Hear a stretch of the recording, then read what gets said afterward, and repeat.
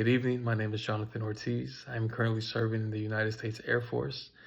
I am a husband and proud father to four amazing children. My 9-year-old twin boys, Jelani and Adonaiah, my 7-year-old son, Levi, and our one and only princess, Ava Rain. I am currently attending Waldorf University as part of my journey to complete my associate's degree with the military. That would be step one, and step two would be to pursue my bachelor's degree in project management. My long-term career goal is pretty simple: to continue to climb the ranks until retirement, which is roughly 12 years away, while at the same time sacrificing as little time as possible with my family. That to me would be the ultimate victory. Now, as I balance career and education, I try not to lose sight of something that's important in my life.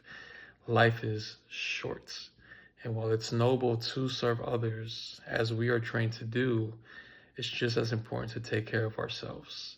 For me, that means either playing basketball, watching movies, or the contrary to popular belief, spending time with my children, seeing the joy on their face as they experience new experiences.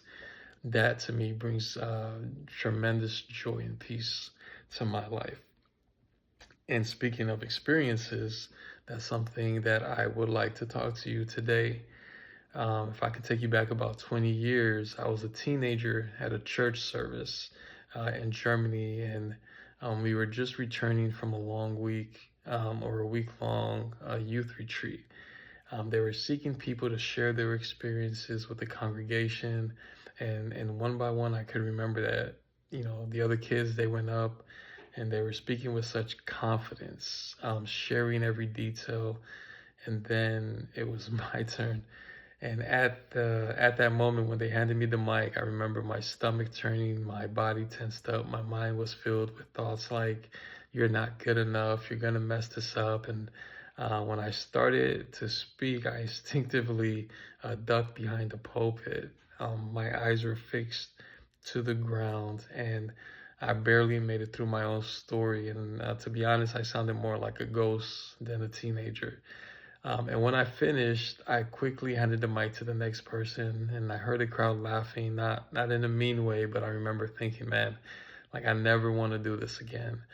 Fast forward 7 years from that moment, and guess what I was doing? I was pastoring, a youth pastor actually. The same kid who ducked behind the pulpit was now preaching weekly sermons, prepping messages, speaking to crowds. And was I still nervous in those moments? Absolutely. But, this time I came with a little more of life behind me. I had experience, and those experiences, they taught me the importance of preparation. I could start small and to use every opportunity, even the ones that were uncomfortable, to grow.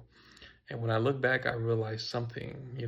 I have been nervous behind the pulpit, but that moment, it planted a seed, and it reminded me that I could grow. And even when I feel like, hiding, and that fear, it doesn't go away, but with time, with experience, and a few uncomfortable repetitions, it loses its power. And so today I am still standing behind a pulpit, but now I stand with my head up. I make eye contact. I own the moment, not because I'm no longer afraid, but because I've learned that fear is a sign that something amazing is truly happening. Now, in this next chapter of my military career, I'm being pushed into new experiences once again: speeches, presentations, leadership moments, all with a different kind of pressure. But now I step into those moments with more confidence, knowing that 7 years from now, I'll look back and I'll say, wow, I never thought that I'd be doing this. So if there's one thing that I want to leave with you, is this: embrace the new experiences, especially the ones that scare you, because the same nervous kid who hid behind the pulpit might one day be the one helping others find their voice. So cheers to growth, cheers to change, and cheers to new experiences. Thank you.